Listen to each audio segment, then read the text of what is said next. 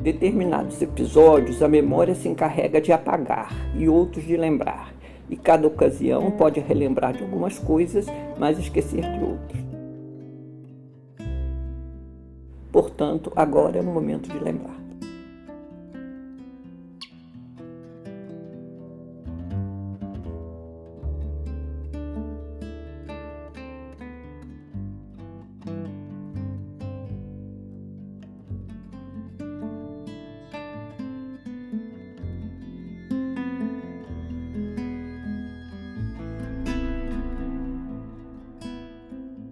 Arlindo Flávio Gomes de Souza, é um prazer recebê-lo aqui e a gente poder lembrar e relembrar de coisas que vivemos nos anos 60 na PUC-RJ.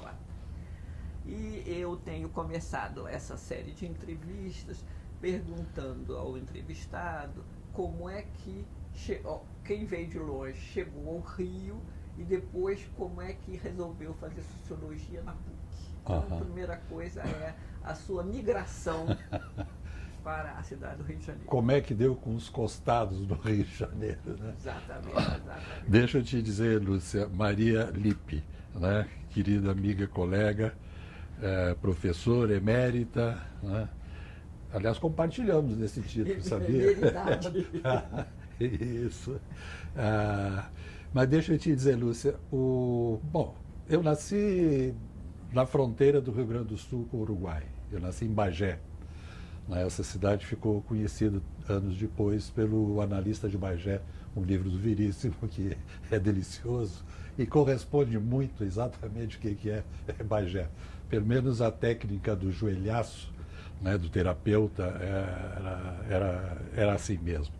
Bem, mas então lá, meu pai vem de uma família de fazendeiros, né? Meu avô da Guarda Nacional, e ele era 14 irmãos, eles, né? Ele foi o único que teve formação acadêmica, os outros todos ficaram lá. Não era Bagé propriamente dito, uma cidade ao lado, pequenina, chamada Lavras do Sul. E nessa cidade, então, era essa fazenda, e ele tinha uma 14ª parte, né, dessa fazenda por herança. E ali nós vivemos e convivemos muito com as pessoas da terra. O que eu trago da terra é muito dado pela experiência que eu tive nessa fazenda chamada Cerro Branco.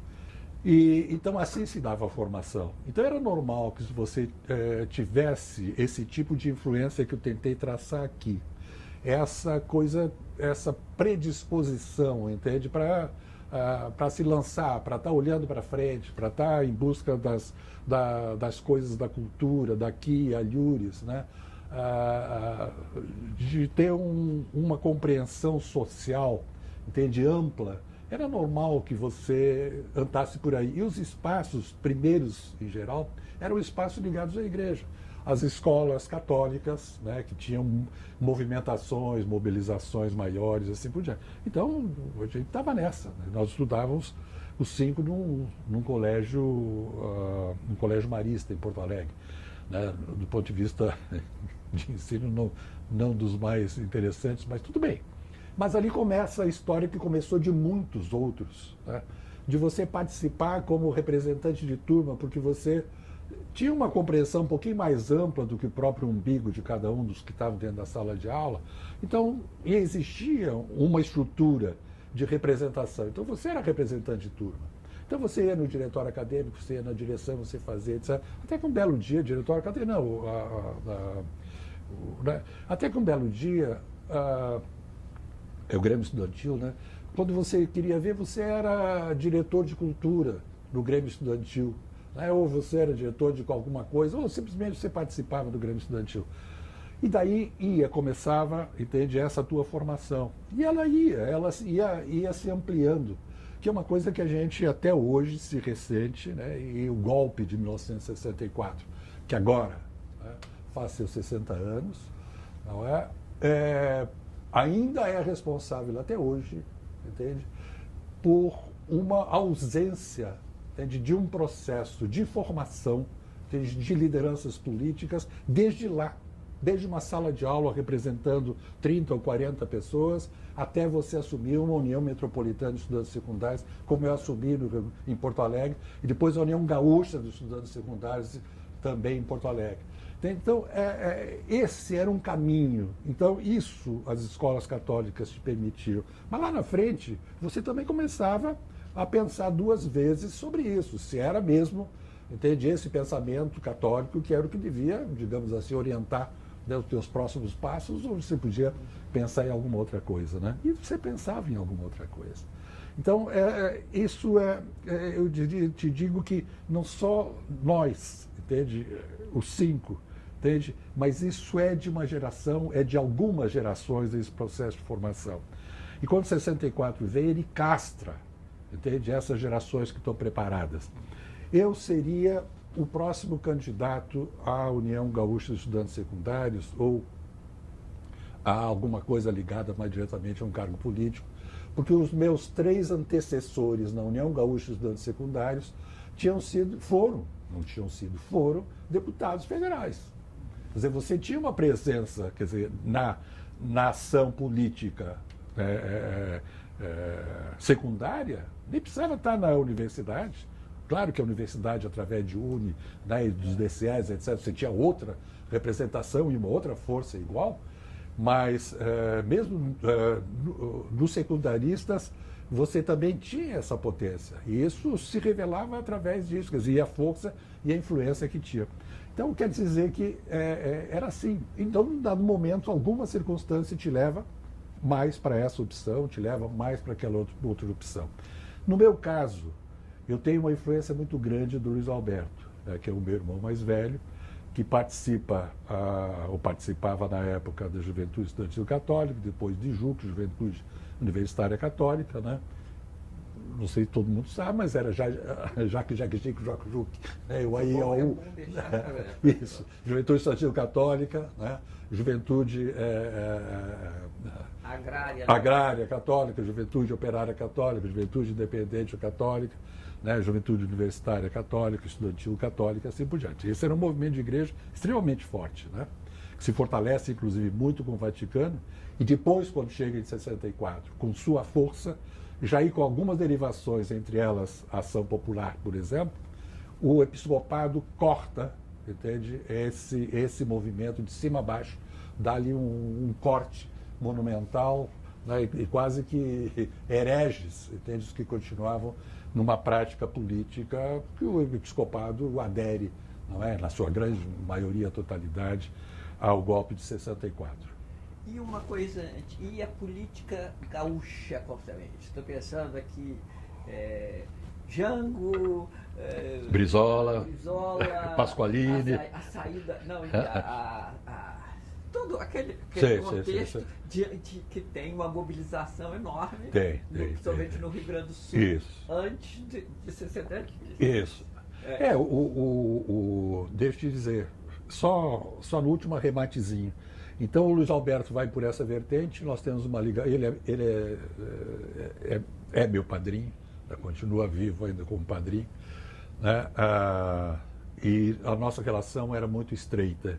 E depois eu vou te dizer ainda como é que ela fica mais estreita aí, mas vou tentar sintetizar, para a gente poder chegar mais profundamente no que eu sei que é o centro do interesse nosso aqui, que é conversar um pouco sobre a PUC, e a PUC nos anos 60, né? E mais particularmente 64, no que a gente puder, do que a minha memória me permitir. Mas, então, vem daí, né? Essas possibilidades, essas derivações para cá ou para lá. Assim se formavam, então, as lideranças, assim nós participávamos disso. E quando, em 1960, há uma efervescência, antes, inclusive, 59, mas aí estão acontecendo coisas em 59, aqui do lado, né? Do lado ali no Caribe, por exemplo, ali pertinho, né?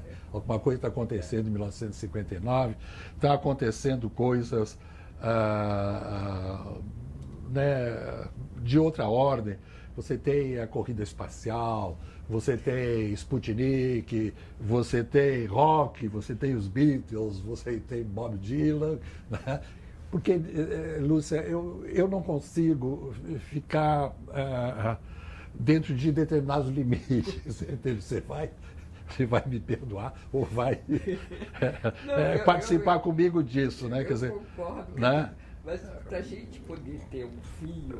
Sim, isso. Eu chego lá. A partir do fio você irradia, mas não pode perder o fio. Não posso perder o fio, não. Isso. Filho, não, filho. Então, tudo isso está acontecendo no mundo e está acontecendo aqui também. Então, há uma efervescência muito grande. Eu lembro que, mesmo não estando na universidade, a discussão nas universidades era a responsabilidade social do engenheiro, a responsabilidade social do arquiteto, do médico, e etc. Entende? Quer dizer, havia uma preocupação com a reforma universitária, a reforma agrária, a reforma urbana, né? A implementação, entende, da legislação trabalhista para o homem do campo. Quer dizer, tudo isso, entende, absolutamente efervescente nos anos 60. E aí se elege, né, um espiroqueta, né, Jânio Quadros, e 9 meses depois, né, abandona e nós temos a grande crise. E aí eu volto ao que você me pergunta, né? E o Rio Grande do Sul nessa história, e a política gaúcha nesse momento, né? Ora, eu não vou narrar aqui os fatos relativos a 61 e a resistência, não é? que se faz para o Jango, que estava na China, voltar ao Brasil e assumir a presidência da República, uma vez que ele era o vice-presidente eleito, né? Mas né, a campanha da legalidade, né, com o Brizola na liderança, e há uma unidade muito grande política naquele momento, né? Cada um, evidentemente, com as suas práticas, cada um buscando o seu espaço, não é? Mas é muito mais uma questão de ordem nacional que está colocada ali, né? E essas lideranças, elas se expressam de forma muito virulenta, né? Capazes de influir, né, nos destinos gerais do que está acontecendo no país.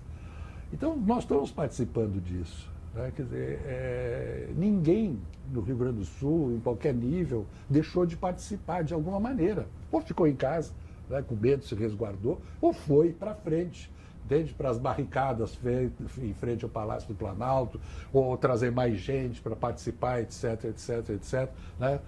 Toda essa preparação. Então, eu vou voltar de novo a 64, entende? Quando uma geração inteira, e que inclusive passou por esse tipo de experiência, e não foi só no Rio Grande do Sul, isso aconteceu em Pernambuco, isso aconteceu em outros estados, mais ou menos intensidade, não é?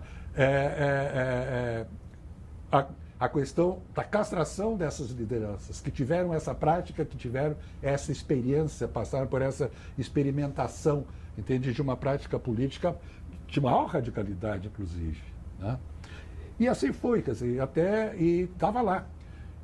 Nessa época, eu fazia parte da Juventude Estudantil Católica e era um dos coordenadores do Estado do Rio Grande do Sul. Participava. Essa época, 1961, 62. Tá bom. 61, 60, 61. E aí, então participei dessas histórias todas, tive junto com elas, né, fiz parte delas.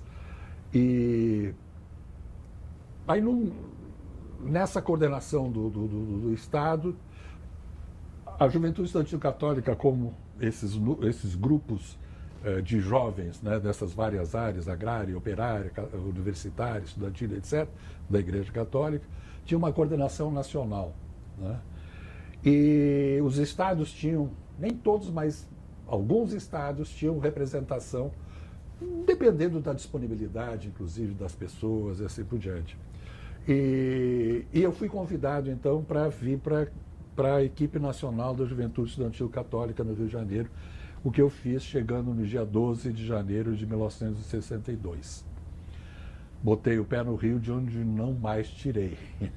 Então, a minha chegada Aqui se deve a uma participação intensa, entende, numa vida de política estudantil no Rio Grande do Sul, né, ligado à Igreja Católica, né, dentro desse ambiente que eu tracei, de pai e de mãe que te jogam para frente, né, que te oferecem oportunidade e que te dizem vai, e toca e anda, né, e faz as coisas. Eu nunca esqueço e sempre me emociona quando meu irmão Paulo José abandonou a arquitetura e passou o Teatro de Arena em Porto Alegre, e ele ficou encantado e se envolveu muito com eles.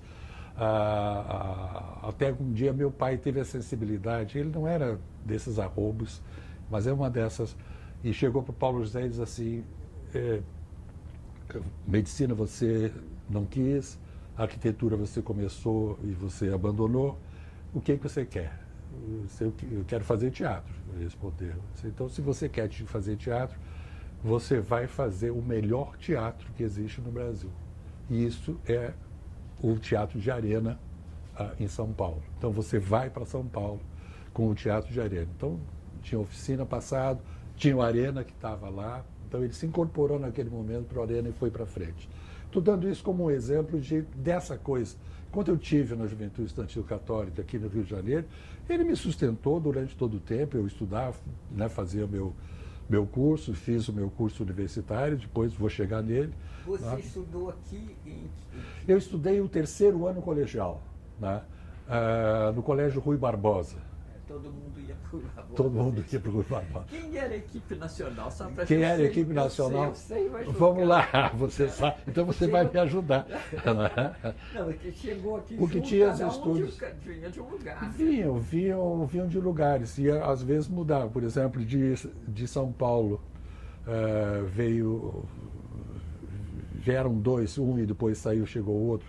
O Marcondes, José Marcondes, filho, veio Inuí, né, que o nome diz exatamente, os olhinhos, né, maravilhoso, ligadíssimo em poesia, porque aquela equipe nacional também, se você acha assim que eram todos, entende? Sabe, colocados dentro de uma caixinha, fazendo coisa, não era bem assim, porque eram pessoas que tinham tido esse tipo de experiência que eu estou relatando. Isso você não coloca dentro de uma caixinha. E cada um explode por um lado, né?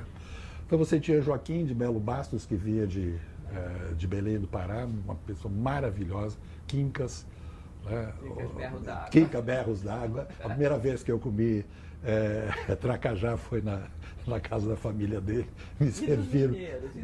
E dos mineiros, quem é que vinha? Frei Beto, né?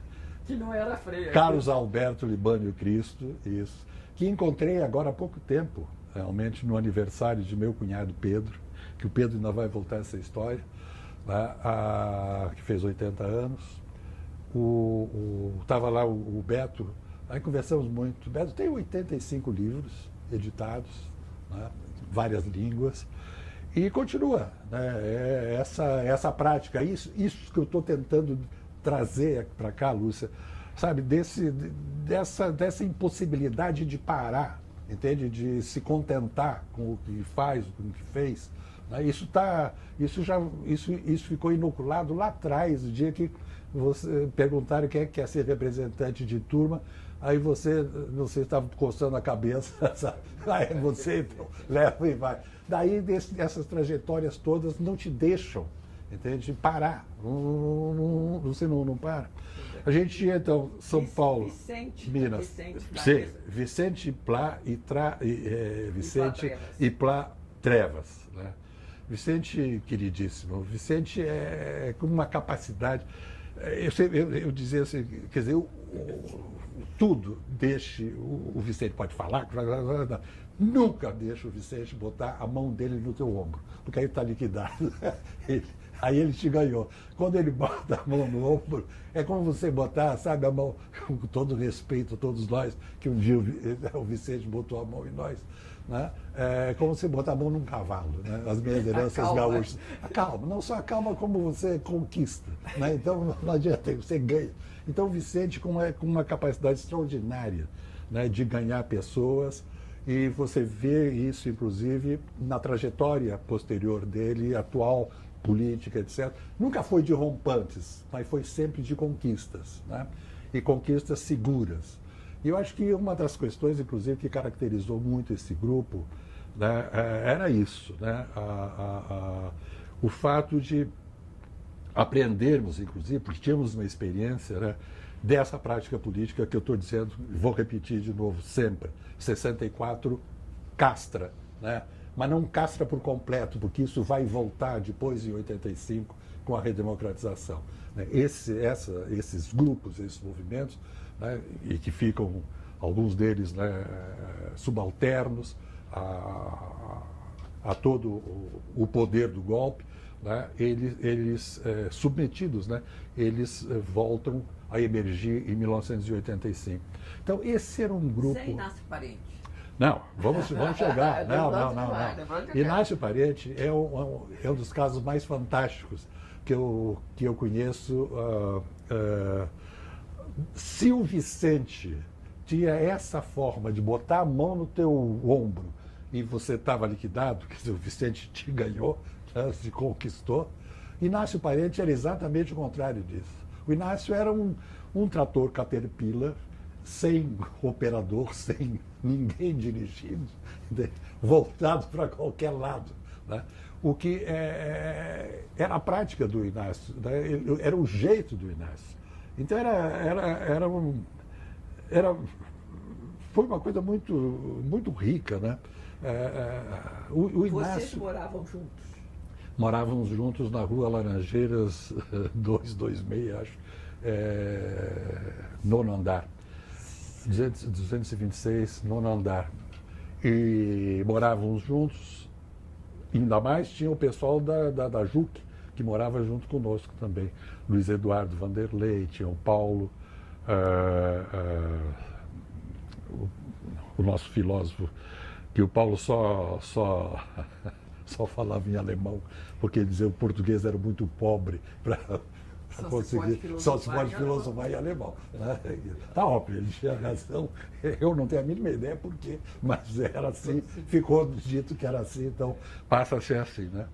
E os demais, e aquilo era um lugar, era um abrigo, onde as pessoas vinham dos estados, por exemplo, para ter reuniões conosco, ou simplesmente passando pelo Rio de Janeiro, e ficavam lá na nossa casa. Então era o mais comum, era você acordar de manhã, na sala ter gente dormindo no chão, por qualquer lugar, né?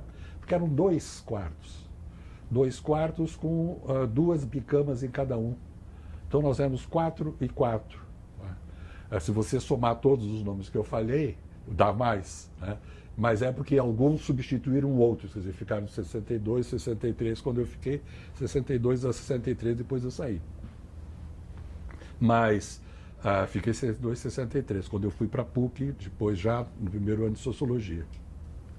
Então, essa foi a minha vinda para o Rio, né? A razão disso, apoiado pela família. Que sociologia? Pois é, então aí vem. Aí vamos puxando. Não, mas o que eu vou fazer?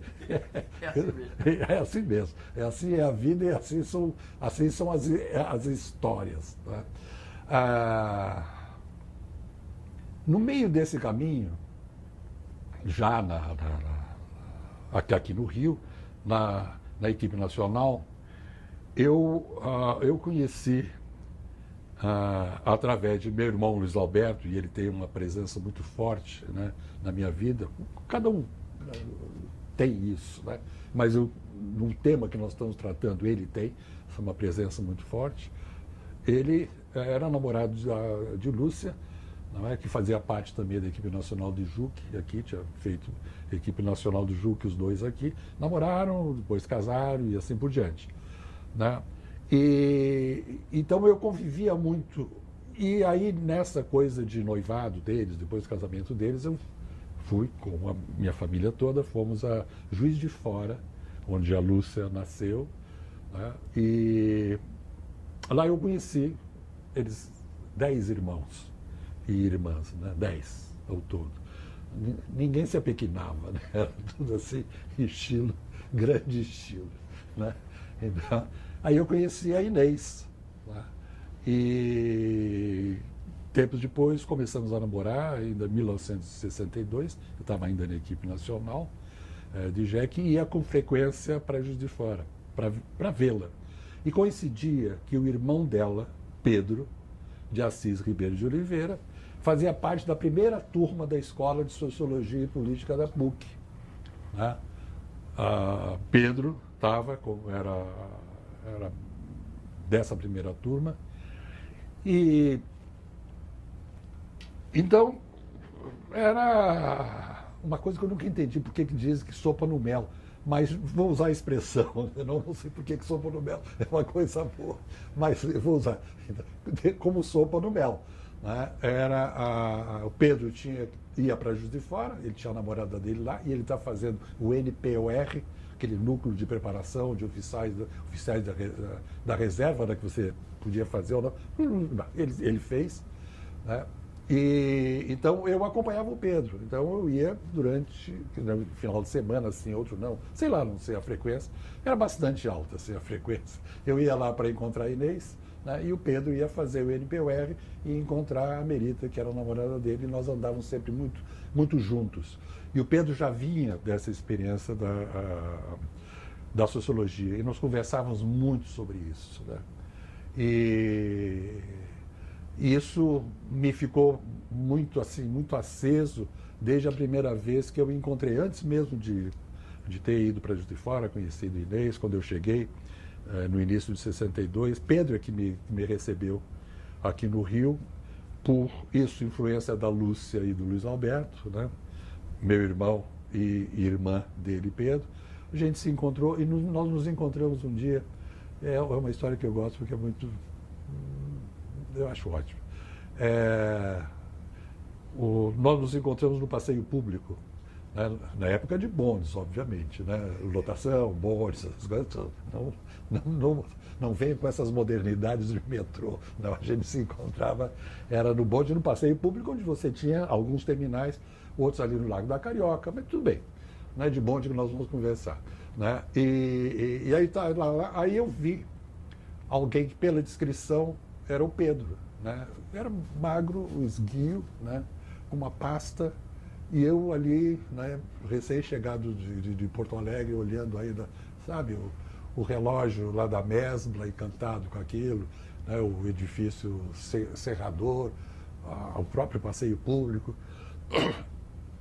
E aí, no momento, nos olhamos e nos identificamos. Isso deve ser o capial que vem do sul, entendi, esse deve ser o tal do mineiro que vem daqui de perto. E começamos a conversar. Aí ele me perguntou o que eu estava fazendo, o que eu ia fazer, eu contei para ele que eu tinha vindo para a equipe nacional de JEC. Perguntei, e tu, o que tu está fazendo? Aí me disse, eu estou fazendo sociologia. Eu perguntei, sociologia? Porque eu, de parênteses, é a tecla que eu mais uso no computador, é o parênteses, né? Ou então aquele tracinho assim para colocar uma entrefrase. Não, e aí eu pergunto para ele o que era, eu pergunto o que era a sociologia. E aí, porque o bonde, né? Porque aí está passando um bonde. E o Pedro me diz assim, olha, é o seguinte, todas essas coisas, a sociologia estuda essas coisas que diz respeito, em outras palavras, mas assim, né, como um mineiro ele falaria naquela época, né, de 1962, que diz respeito ao coletivo, isso é do campo da sociologia, é de interesse da sociologia. Está vendo aquele bonde? Pois é, aquele bonde ali é um processo, né, sociológico que tem que ser visto.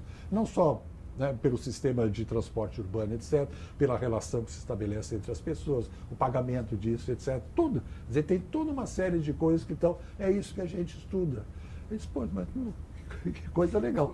Mas e aí? Ele disse, não, olha, quando é... Mas e se fosse um passageiro, digamos? Eu disse, não, quando é um, aí é psicologia, aí é outra coisa. Então, A minha primeira classificação da sociologia e da psicologia é assim: se é o bonde todo, o bonde todo ou só o motorneiro, o cobrador, ou algum passageiro que pulasse antes de pagar, porque ninguém pagava, inclusive, o bonde. Né? Isso era um fenômeno sociológico, né? Tinha que ser estudado. Então, isso que eu conto como uma anedota, parte, obviamente, é verdade, parte, obviamente, eu estou romanceando aqui para tornar mais interessante. Espero que tenha sido. Fica mais interessante. E mais elucidativo, para quem não teve a chance de fazer sociologia, entender o que é sociologia e o que é psicologia. Então, aí é o Pedro, entende, que me traz, entende, para a escola de sociologia e começa a me falar de sociologia.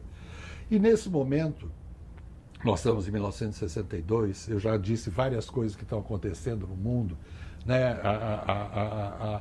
E a influência e o debate político, né, tiram da minha cabeça uma ideia original que eu comecei aqui contando do meu pai, que era fazendeiro, mas além disso engenheiro, político, etc, etc, né? Com uma participação política, meus irmãos e tudo mais. Mas na minha cabeça ainda tinha alguma coisa vindo do sul de fazer agronomia ou veterinária, entende? Para subir a fazenda lá, que era uma coisa que eu disse eu te disse, eram pelo menos 5 meses do ano que eu passava na fazenda, vivendo vida de fazendeiro ou de filho de fazendeiro, né? Junto com os peões, com os filhos dos empregados e assim por diante, né? Então, mas isso foi realmente esmaecendo, desde a medida em que outras coisas que já estavam, que eu já participava de política, tudo mais, né? Mas que estavam colocadas. E o que eu quero também que fique muito claro, você sabe, obviamente, disso, você viveu isso, não é? Na política, né? E nós fazíamos, no caso, sociologia e política, né? O que nos levou para lá, o que me levou para a sociologia e política. Né? Eu cheguei até a rabiscar alguma coisa, quem eram, entende, as lideranças políticas nessa época, sabe, nos anos 62, 63, 64, por aí esparramados pelo mundo, talvez um pouquinho antes, depois. Você tinha desde Franco, Salazar, Adenauer, com a importância dele, né, na pós-guerra na Alemanha. Você tinha de Gaulle na França, você tinha o Kennedy nos Estados Unidos, você tinha João XXIII na Igreja Católica, você tinha Fidel Castro, você tinha Mao Tse-tung, você tinha Khrushchev, você tinha Aldo Moro, você tinha Getúlio, você tinha Juscelino, você tinha Jango e você tinha um golpe de 64 também. Já me referindo. E depois o que acontece, né, o golpe de 64.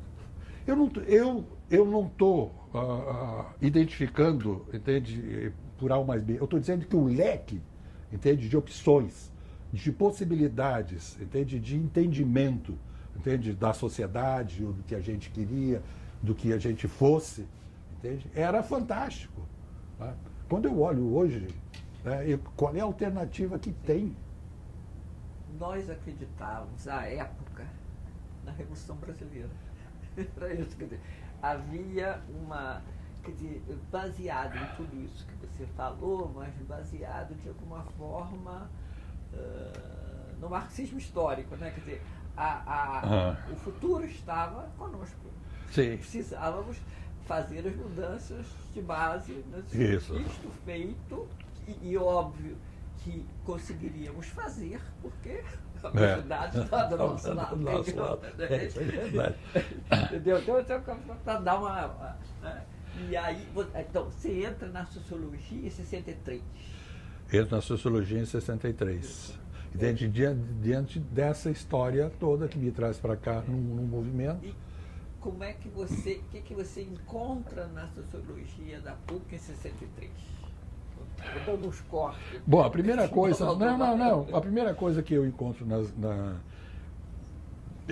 são os reflexos, e eu não lembro quanto, né, da Semana do Nordeste, né, que foi um evento expressivo dentro da Escola de Sociologia e Política, não é? De trazer a realidade do Nordeste para dentro da PUC. Isso quer dizer recuperar, não é, a história da fome, recuperar José de Castro, trazer a questão do folclore, das músicas, das danças, né, dos quadros, da cultura. Isso foi um evento que foi mais do que um evento, porque representou um movimento e um impacto, e que não foi duradouro só pelo tempo, entende, que aconteceu. Ele foi duradouro como uma expressão, não é, de trazer um outro Brasil, trazer um Brasil que precisava ser olhado por uma universidade como a PUC, né, e que a Escola de Sociologia trazia isso como a sua contribuição. É claro que, por exemplo, a Raiz não pôde entrar, né, não pôde participar, foi vetado, mas porque já era um momento já extremamente conflituado, né? Então, e aí a igreja já nas suas propensões. Eu encontrei o que lá dentro? Eu encontrei Padre Vaz, entende, que era, do ponto de vista da Igreja Católica, era certamente a posição mais avançada que a gente tinha, Teilhard de Chardin, Mounier e outros mais. A gente encontrou o Padre Ávila, que era o diretor da nossa Escola de Sociologia e Política, que tinha um movimento também político, né, solidarismo cristão, que não é uma questão, não é isso que nós não vamos avaliar isso aqui, apenas dizer que também dentro dos quadros da igreja se organizavam novos movimentos, tá? Quer dizer, você tinha dentro também desse movimento, se a gente continuava a existir, claro, o Partidão, mas o que mais tinha? Eu acho que mais o que tinha quer dizer, tinha uma efervescência desses pensamentos aos quais eu fiz menção e outros tantos, não é? Você chegou, quer dizer, então, dentro da sociologia, quer dizer, esse ano você lembrou bem da Semana do Nordeste, né? A coisa do Arraiz, que não cancelaram a autorização para usar o teatro, ele teve que falar da janela do diretório. Do diretório acadêmico. Neste quadro, você consegue lembrar se a invasão do diretório foi antes de 64 ou foi depois? Depois de 64. Logo depois? Logo depois de 64. A invasão, deixa eu te dizer quando é que foi, eu creio que foi em setembro de 64? Golpe militar de 64. 1964. Na minha memória, foi muito mais colado ao golpe, entendeu? A invasão. Mas eu também não posso jurar por isto. Não, que foi 64 foi. Sim. Né? Foi logo depois de 64. Eu tinha isso na minha cola. A minha cola não funcionou. É possível, porque isso é uma coisa assim, porque vamos dizer assim, eu estou falando da minha impressão, foi tão, quer dizer, 64, a situação ameaçadora, notícias que a gente tinha o tempo todo, né? A história de que ia ter armas, por exemplo, na faculdade de engenharia, que como é que chama aquele almirante? O almirante queria separado. Né? Então, nesse estado, a gente, de alguma forma, ia a PUC, aquilo ali ainda era uma ilha na história. E você chega e o diretório está invadido. Pelos alunos da engenharia. Isso foi comprovado, que a dúvida era se eram alunos do direito. Do direito ou da engenharia, né? Eu acreditei sempre que eram alunos do direito, até porque era o grupo mais organizado, mais falante. Os engenheiros eram mais retraídos, né? Inclusive tinha uma liderança importante, que era o Malan, né? Que depois foi presidente do diretório acadêmico. Aí tem uma história que depois eu quero te contar, até nesse momento aí. É.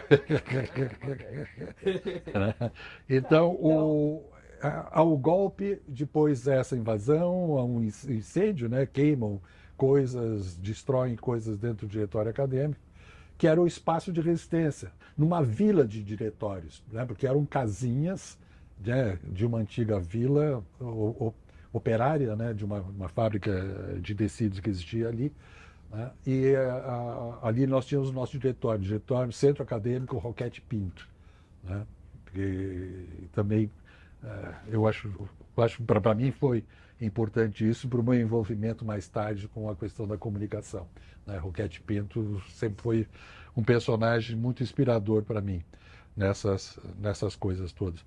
Então se deu isso, né? Imediatamente depois você tem a gente tem essa invasão e estão acontecendo, né, junto, quer dizer, o pós o golpe, né, estão acontecendo outras coisas também relevantes que levam a aplacar o movimento estudantil ou, ao contrário, a incentivar determinados grupos dentro do movimento estudantil.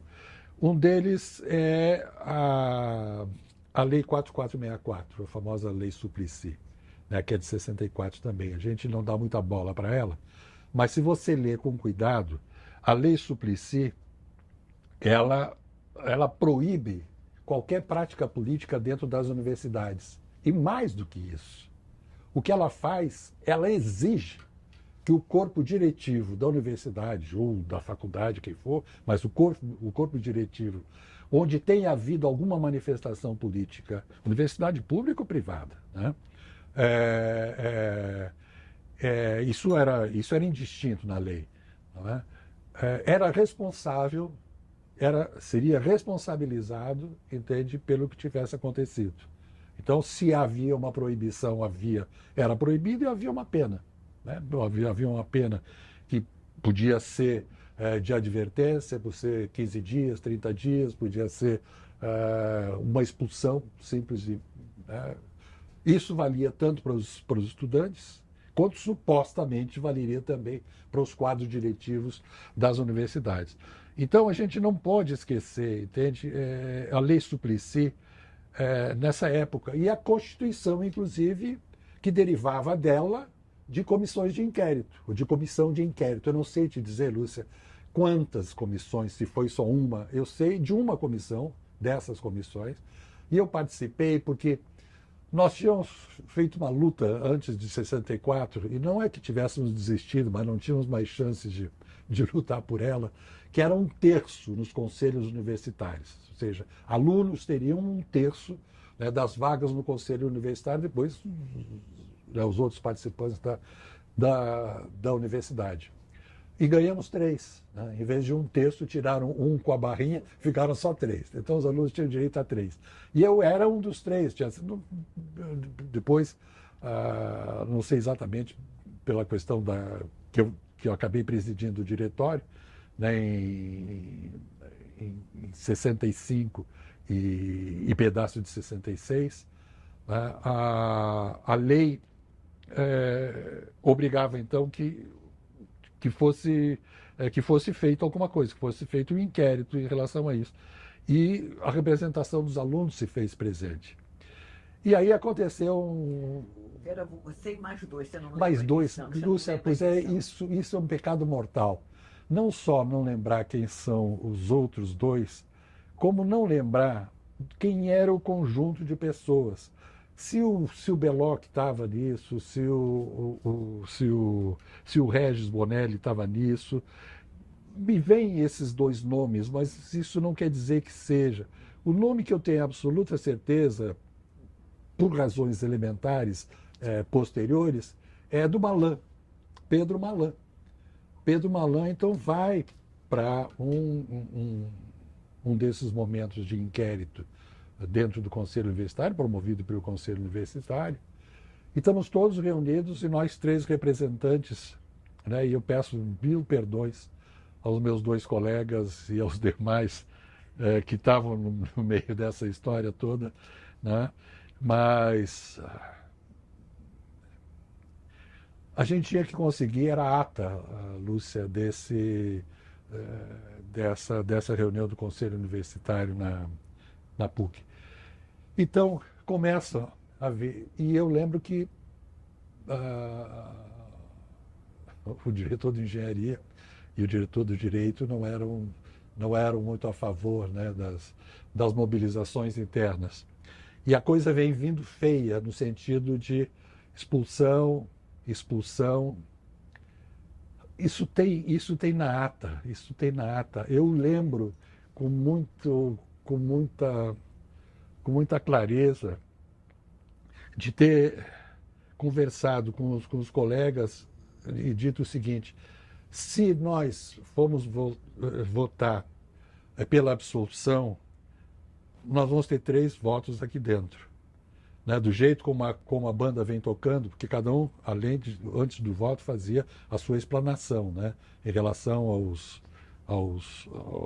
que estavam sendo inquiridos, que não estavam lá, né? Mas que estavam sendo acusados. Então vinha vendo, e cada um fazia e depois dava o seu voto. E a coisa vinha sempre por expulsão, ou semestre, ou mês, e não sei das quantas semestres de expulsão. Vinha vida, eu disse: olha, se a gente fizer isso, se nós formos optar pela absolvição, nós vamos perder. Então vamos fazer o seguinte: vamos nos agarrar na pena menor. Qual é a pena menor? São 15 dias. Né? Porque eu acho que, a gente conversou, nós concordamos que a advertência era pouco. Desde ninguém ia topar a advertência. Mas creio que o Ozanam foi antes, e o Ozanam, dentro dessa mesma lógica, eu lembro disso, ter conversado com ele disse 15 dias. Quando ele disse os 15 dias, nós nos agarramos com unhas e forças nos 15 dias, e aí o restante foi aderindo a isso, 15 ou coisa. O Ávila também estava nessa. O Ávila também estava, e o Ávila também participou nessa mesma forma. Também, era evidentemente que era muito delicado para eles também fazerem defesas abertas e tudo mais. Eu acho que essa estratégia, entende, de uma pena mínima, entende, ela foi alcançada, 15 dias ou um mês, alguma coisa assim, né? Então, o Malan, eu lembro perfeitamente disso, porque a gente tinha sido colega, ele era presidente do diretório de engenharia, e eu, né, do nosso diretório de sociologia. Aí, a essa altura, na sociologia, nós tínhamos maioria da AP, ação popular, ou pelo menos maioria, e influência sobre a turma e sobre as turmas, que não eram tantas assim, porque nessa altura eram 3 turmas já, né?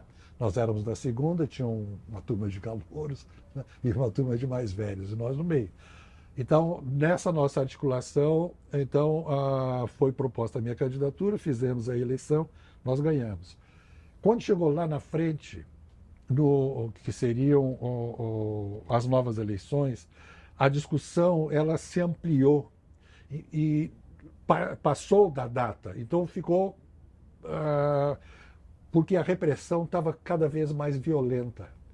E o que se discutia nessa época era se você era conivente com o golpe e com a repressão, particularmente com a repressão, né, do golpe, se você aceitasse participar, entende, da estrutura formal, né, acadêmica naquele momento, por exemplo, em relação aos estudantes, que era um centro acadêmico que não podia fazer nada. Né? Quer dizer, qualquer coisa que fosse identificada como questão política tinha que ser cortada e eliminadas as pessoas, ou o que fosse. Né? Então, o centro acadêmico tinha perdido, digamos, a sua validade de ação política. Então, a questão que se colocou é se seria lançada candidatura ou não. Então, a AP resolveu não lançar candidatura. Né? Mas isso você já era presidente? Eu já era presidente do diretório. Foi na sua substituição? Na minha substituição. Eu fui contra essa política. Né? Foi uma das razões, inclusive, pelas quais, depois, eu acabei sendo expulso da AP. Mas aí foi depois de nossa formatura, já em 1967. Né? Quando nós nos formamos, e eu vou te dizer quem éramos nós, depois de 67, porque tem atores fantásticos nessa nossa história, Lúcia. Eu, numa reunião da AP, já a AP indo tende para uma vertente mais xiita, como se, né? Ali é chinesa da AP, e eu fui, a mim me foi determinada, isso em 67, no auge da repressão, já chegando a 68, que eu devia ir para a Central do Brasil, em cima de um caixote, fazer uma peroração contra a repressão, etc, etc, etc. Isso em frente ao Ministério da Guerra. Para quem não sabe, no Rio de Janeiro, né? Você tem a Central e à direita você tem o Ministério da Guerra. E no meio estaria eu num caixotinho, fazendo um discurso. E a gente aí, distribuindo um panfleto. E a gente distribuindo panfletos. O que estava escrito. Não, sem conhecer o que estava escrito. Aí. Isso, estávamos aí. Né? Em nome do. Fomos, claro, juntos, porque em nome do centralismo democrático. Né? Então, nós não tínhamos obedecido ao centralismo democrático. Então, você falou, tá bom, mas aí, isso não era do partidão, centralismo democrático? Aí lá, mas agora a AP também já incorporou isso. Então, tá numa boa, a gente está falando assim, até dando risada, porque são coisas risíveis. Inclusive, para mim, muito risível o fato de eu ter sido chamado para uma reunião na Rua Voluntários da Pátria, esquina de uma padaria que tem ali, perto de onde eu morava, e o dirigente da AP me apresenta uma carta de expulsão da AP, né? E esses argumentos todos, né? Que estava tirando independente, criando uma outra facção, certamente era o nosso grupo, imagina, nós uma facção e eu na liderança dessa facção, nem penso, mas era assim, né? E essa razão, e essa também, essa desobediência a essa determinação desse comício. Portanto, eu estava expulso e me foi entregue a carta assinada por Wellington Moreira Franco.